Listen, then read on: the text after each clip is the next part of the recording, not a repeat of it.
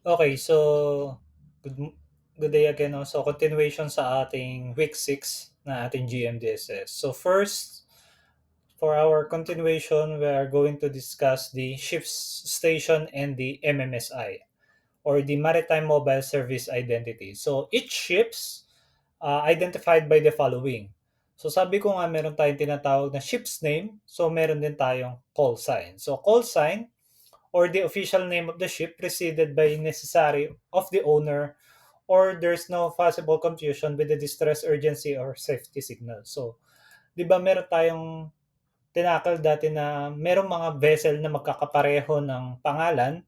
So para magkaroon ng identity, they're going to set the call sign for each vessel. So yung name ng vessel, kinukuha siya kadalasan sa mga owner ng vessel or if there's a corporation, syempre hindi lang, pag sinabing corporation, hindi lang solely proprietorship. Ibig sabihin, hindi lang isa yung may-ari.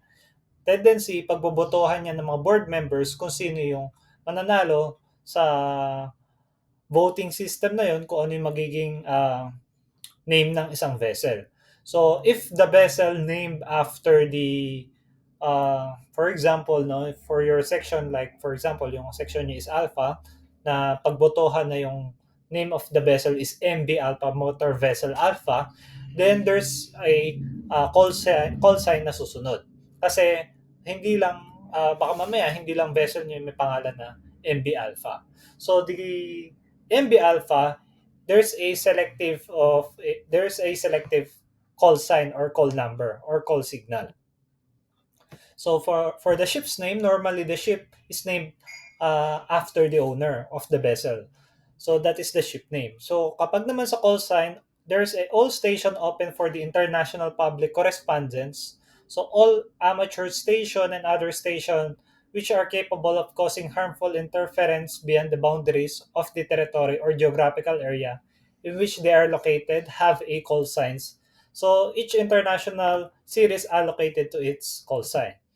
So, administration given the table of allocation of international call sign. So, yung nagbibigay daw ng call sign, si administrations. It is under the series of appendix of the Appendix 19 of the Compendium. So, the ITU, so the International Telecommunication Union, siya yung nagre-regulates ng ating communication sa GMDSS. So, dito sa Pilipinas, di ba meron tayong National Telecommunications Union. So, siya yung nagre-regulate sa certain country kasi kaya nga national. Kapag outside the country na, International Telecommunications Union. So for example, the series of DAADRZ and Y2A, Y2Z, Y9Z, it is the Germany. So call signs are being formed in the following ways. So nako-compose daw yung call sign natin sa sa dalawang paraan, no? Two characters and two letters. Pwede daw maging two characters or two letters yung ating call sign. So pwede rin daw two characters, two letters and a one digit. So ayun daw, no? For example, DGDC. Pwede daw maging ganun yung call sign. Pwede rin daw DL4766. Pwede rin daw Y5LM. So, two characters or two letters or two characters and two letters and one digit. So, dun daw yung composition ng isang call sign. So, two characters provided that the second is a letter, followed by four digits other than 0 or 1 in cases there are immediately follow a letter. So, sabi daw, kapag daw two characters provided that the second is a letter. So, kung maglalagay daw tayo ng call sign, provided daw na yung susunod na uh, digit or number or letter is a or symbol is a letter. So followed by four digits other than 0 or 1. So they immediately followed by a letter or two characters or one letter followed by a four digits other than 0 in cases there are immediately followed a letter. So ganun daw yung composition ng ating call sign. So yung nagre-regulate again sa ating Telecommunications Union is the International Telecommunications Union and the call sign it is being provided by the administration. Lagi niyang tatandaan yan. And the MMSI, which is the Maritime Mobile Service Identity, it is the ships participating in the maritime radio services should be assigned a 9-digit unique ship station identity in the format. So again, yung call sign, it is on your vessel. Kapag sinabi naman nating MMSI, 'di ba meron tayong mga cellphones ngayon. So yung cellphones natin, paano natin malalaman or paano natin malolocate yung cellphones natin other than the GPS? So, through number. So, yung each subsystem natin or each equipment natin, meron daw tayong tinatawag na MMSI. Ito yung 9-digit unique code ng isang subsystem. So, si MMSI daw, the first 3 digits niya, ang tawag ay MID. So, the MID stands for the Maritime Identification Digit. So, for example, the MMSI is M1, MID, ay sorry. So, the MMSI is 1, 2, 3, 4, 5, 6, 7, 8, 9. So, the first 3 digits refers to MID. So, the MID denotes the geographical area of the administration responsible for the ship station so identified.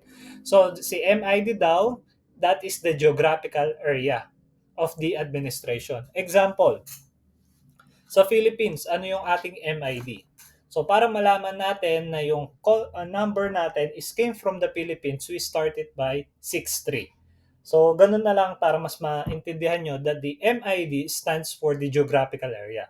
So i-connect nyo lang na pag sa cellphone pala yung MID is 60 which is stands for the Philippines. So MID, doon daw natin malalaman kung saan galing yung geographical area ng isang subsystem. So the MMSI, meron siyang 9 digits and the first digits of the MMSI stands for the MID. Next, the vessel is assigned by the administration of the country under which the flag is sailing. So it is important element that the MMSI is the MID, which is the first 3 digits. So each administration had been allocated one or more MID for its uses. So for example, daw yung Germany, nagsisimula siya sa 211 or 218. Example, ito yung MID ng ito yung MMSI ng galing sa Germany. Sabi natin, yung Germany daw nagsisimula sa 211 or 218. For example, 211-232-000. Ibig sabihin, this MMSI is originally came from the Germany or 218-456-000. Bakit? Kasi nagsisimula yung MID niya sa 211 and 218. So doon nyo po malalaman kung saan nanggaling yung isang subsystems through its MID. At saan nyo makikita yung MID dun sa MMSI ng isang subsystem. So you will find the details of the MMSI series of each country in the appendix of 18 of the compendium. So survival craft stations call signs shall conform the following. So the call sign of the parent ship followed by 2 digits other than 0 or 1 in cases they are immediately followed by a letter. So every subsystem po may kanya-kanya tayong MMSI. So kailangan po natin yan kasi dun sa laboratory, gagamitin po natin yung MMSI, no? Which is on Saturday, maglalaboratory na po tayo. So the formation of call signs under the ship station. So call sign formed by international call sign accordance with the section of the radio regulation. So yung call signs daw po, sinusunod natin sa RR, which is the radio regulations. So the sign is equal, that is the equal sign for the subsystem. Tandaan nyo po yan, makikita nyo po yan sa mga subsystem. In this column indicates the ship is identified the station of the radio telephony. So kapag nakikita daw po kayo ng equal sign, it is indicates the ship, the name of the ship or identify the station in the radio telephony. Kapag nakita naman po kayo ng dotted line, means no information has been provided. And on these subjects, administration is concerned. CS stands for the coast station. So identifying various coast station, it's corresponding for the call signs and the MMSI. So si coast stations, ito po yung tinatawagan natin from ship to shore, no? Si coast.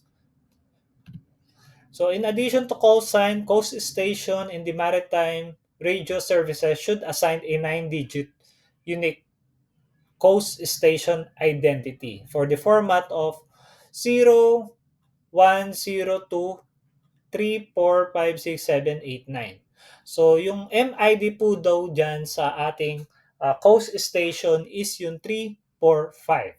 Ibig sabihin kapag ang ship ang ating pinagbabasihan, ang MID is yung first three numbers. Kapag naman daw ang coast station ang ating pinagbabasihan or ang tinatawagan, ang MID ay makikita nyo daw sa pang number 345. So kung ang ating MMSI ng ating coast station is 010234567890, ang ating coast stations, yung MID niya ay pang 1, 2, 3, 4, 5. Pang 5. 5, 6, 7, doon po natin makikita yung MID ng isang coast station. So, it reflects again the territory or the geographical area in which the coast station or the coast earth station is located. So, the same din siya ng explanation kapag dating doon sa ating ship's station. So next, coast station identifies for calling simultaneously of one coast station and it is formed by the coast identity. So again, ayan yung sinabi natin kanina na ang ating coast station ay ang 5, 6, 7. Ang pang-5, pang-6 at pang-7 number doon sa ating 01, 02. No, makita nyo naman diyan MID, no? Yung 3, 4, 5. Ayun yung ating MID ng coast station. So the identity may be assigned to station of one administration allocated for one geographical region indicated in the ITU-T recommendations. So the combinations of the MMSI is reserved for the all coast station identity should address for the very high frequency station. So it is not applicable for MF or HF coast station. So para lang daw siya sa very high frequency. Para naman sa ating search and rescue station, identifying their MMSI. So kapag daw meron tayong aircraft, it is required for the MMSI for the purpose of conducting search and rescue communication. So again, paano natin tatawagan ang isang search and rescue station kung wala siyang MMSI? So si search and rescue station daw, for example, si aircraft, yung kanyang MMSI ay 4, 5, 6. Ibig sabihin, pang ilan yung kanyang MMSI? Bilangan natin. 1, 2, 3, 4, 5, 6, 7, 8, 9. Pang 7, 8, 9 yung MMSI ng isang aircraft na gamit-gamit sa search and rescue operation. So, aircraft, it stands for the search and rescue stations, no? Pang 4, 5, 6 ang kanyang MID. So again, the MID, it represents the territory or geographical area of the administration assigned to the aircraft call identity. The administration may use 7-digit to differentiate between the MMSI. So for example daw, yung ibang administration gumagamit daw ng 7-digit and it is been used for fixed wing aircraft and helicopters. So ano yung 7-digit niya? 1, 1, tatlong 1, then 1XX. 7 ba or 6? Parang 6 lang to. Now, for example, dagdagan nyo na lang ng isa, no? It's any of the numbers. Depende kasi yan sa MMSI, no? Pero 7 digits siya dapat, no? And ganun din sa helicopters, no? So, 111 MID 5XX, no? So, tandaan nyo na kapag pwede din daw gumamit ng 7 digits ang isang administration to differentiate the fixed-wing aircraft and the helicopters. So for the combination of the group aircraft identity should address with the administration. For this, the group identities, for example, no? Ba't parang muli? So for the combination, be reserved for group identity and should be addressed for the 111 MID XXXX. So for the further argument to with this additional call identities. 1, 2, 3, 4, 5, 6. Okay. Yeah. Okay, so for the manual use of the mobile and maritime satellite services, no? So meron tayo tinatawag na VTS, no? Vessel Traffic Services Station. Familiar na kayo diyan. So normally they don't have call signs yung ating VTS. So tinatawagan lang natin yung VTS through their name. For example, Hamburg Pilot Radio, Hamburg Traffic Radio, Hamburg Port Radio, or Hunt Bridge Radio. So tinatawag natin ang ating VTS through their name, hindi po sa call signs. Tandaan niyo na VTS lang yung tinatawag through by their name, hindi sa kanilang MMSI, not call signs rather. So the number of coast station decreases by administration assigned for the coast station to harbor radios and pilot station other than the participating. So station concerned should be allocated or located on land or in island in order to use the MID format. So administration may use 6-digit for the further assist 6-digit for the further differentiate between the specific class of MMSI. So kapag naman daw sa ating coast or harbor radio station or pilot station, we use 6 digits. So again, yung 7 digits na ginagamitan natin kanina ay sa fixed wing aircraft and helicopters. Then kapag naman sa 6 digits, we are referring into the coast radio stations and harbor radio stations and pilot station. Kapag naman wala namang MMSI, we are referring into the VTS. Tandaan nyo na.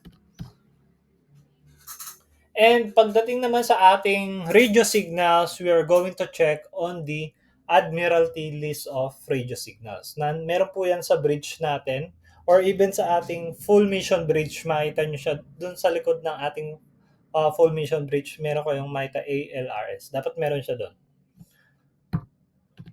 Okay, so aids to navigation, familiar na kayo dyan, no? Identifying the aids of navigation automatic is required for aiding navigation to sea and responsible for the assigned 9-digit format code. So, meron din daw MMSI yung bawat atoms natin. For example, ito yung MMSI niya. Yung 345 daw, ayun yung MID ng isang atoms. Pang ilan yung 345? So, for example, ang MMSI is 9192. So, 9192, 9192, 345. Ibig sabihin, 9192, pang 5, 6, 7, pang 5, 6, 7 ang MID ng isang atoms. No? Again, yung MID, it is the represents the geographical area where the atoms is located. No? MID. 3 digits lang MID natin. MMSI, 9 digits. So, it is referring to the territory or geographical area of the administration where the atoms is located. So, the 6-digit differentiate between the physical AIS atom. So, meron din daw tayong 6-digit pagdating sa physical AIS atom and virtual AIS atom. So, meron tayong coast radio station, harbor radio station, pilot stations na merong 6-digit MMSI at meron din tayong 6-digit MMSI sa ating physical AIS atom and virtual AIS atom. Then kapag naman sa ating atoms, meron tayong 9-digit unique number format.